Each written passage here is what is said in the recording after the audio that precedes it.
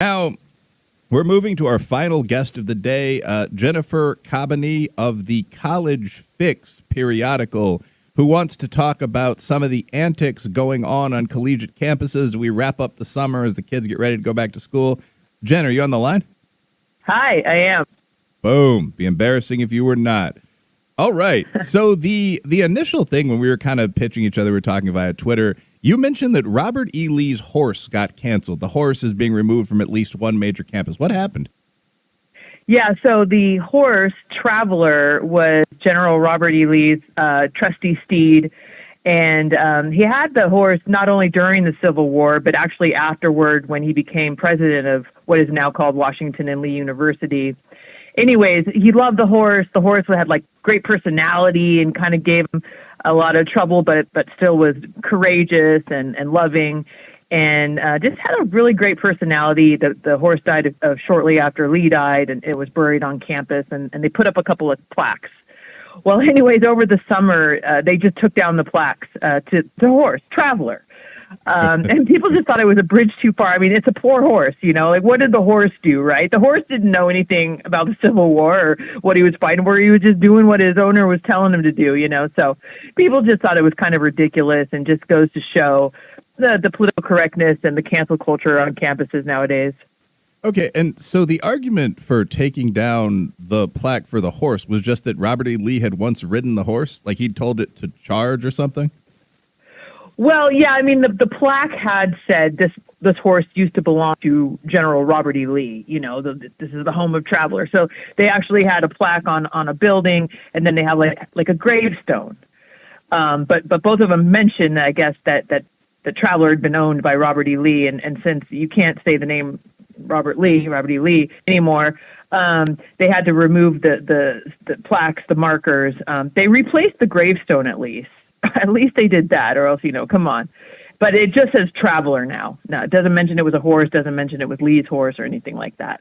And then the other marker on the building, I don't know if they're going to put that back. They said they might. Yeah, so I mean, it's good they didn't dig up the horse or something like that, I guess. I mean, yeah, nothing so. macabre. The horse is still there.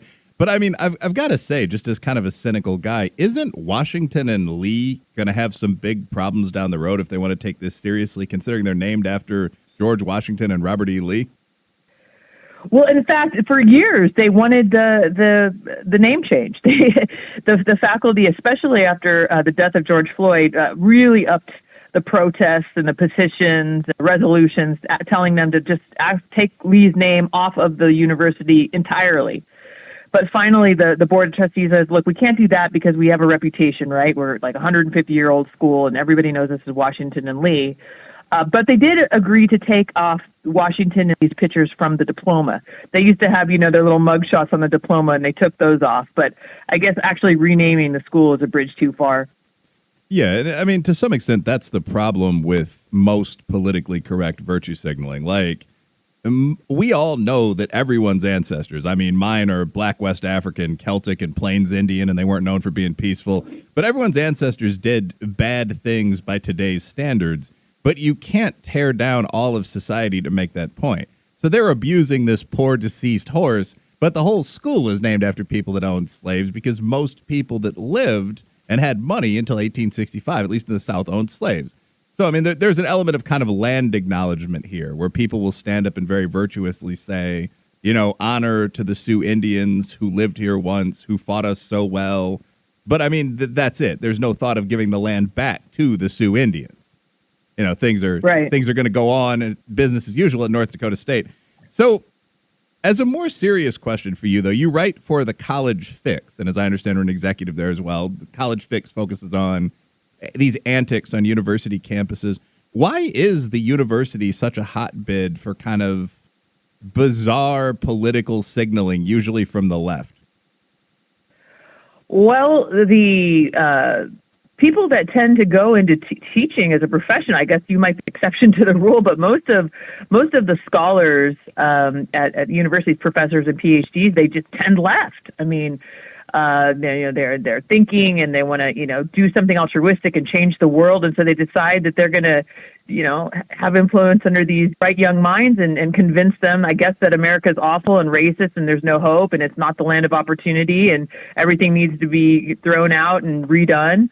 This is where one of the biggest battles for the heart, soul, and mind of America is going on right now. Is K-12 to a certain extent, but a lot of it is going on college campuses where professors have decided that instead of giving students the whole picture, they kind of give them just one version of it. And they don't really give the students a chance to have Socratic method, that debate. Say, well, here's what these people say, and here's what these people say, and let them decide. It's just kind of very, very one-sided and biased because they feel passionately about changing the world through their profession of teaching. Yeah, I think that's actually a really good point, that academia attracts maybe not the most practical people. I mean, the absent-minded professor has been a stereotype across societies for generations. Sort of these fluffy idealists who want to change the world, and in the USA, those tend to be on the left side of the aisle. That hasn't always been the case if you go back to the Prussian Academy or so on when I read about this topic. But yeah, so you get these weird concentrations of people in the various studies and even things like sociology, and a lot of this crazy stuff gets taught, and every so often they dig up a horse. But I mean, as someone that's calling this out and that's really resisting it, I mean, with the fix and overall, is there anything that can be done about that? Like, is there any real way to redirect American secondary and higher education toward kind of just teaching calculus? Well, that's a really big debate right now because I actually attended an academic freedom conference that was held at Stanford last fall. And there was two major debates on that. One side, the professors are like, these are like conservative, libertarian, classical liberal people that have been canceled, shunned by their peers, right? So there's still like 10% out there who tend to be center right.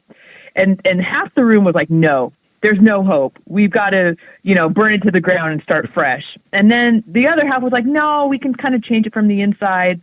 But you see things like New College, Florida right now where they famously, we have to go break. But, yeah, it looks like we're heading to break. Can I bring you back for another 10 minutes or so on the other side? Absolutely. All right, boom. We'll be talking again in 2 to 3. This is Wilfred Reilly filling in for Kruser and Crew.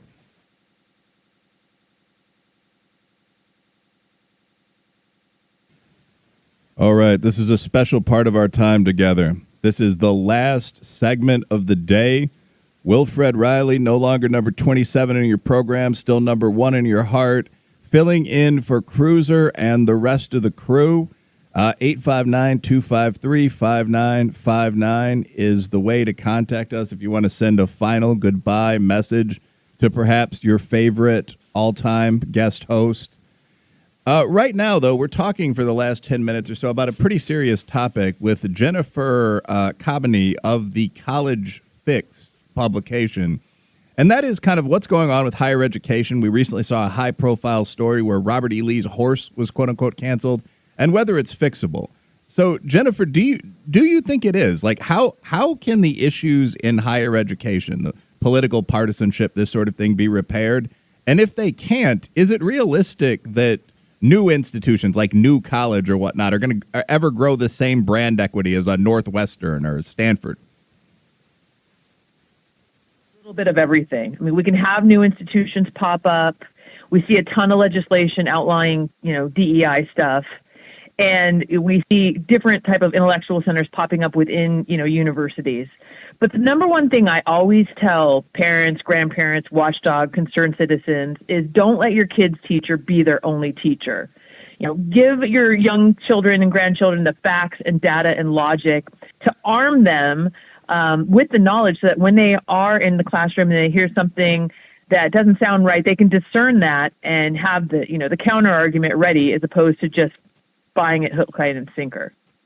Yeah, I think that's a really good piece of advice. So, I mean, that's something my mom always used to say, that, the family is your first teacher and so on down the line. So obviously, if you have strong beliefs, be those conservative, be those liberal, but not contemporary, progressive, so on down the line, like you're someone that can give those to your kids.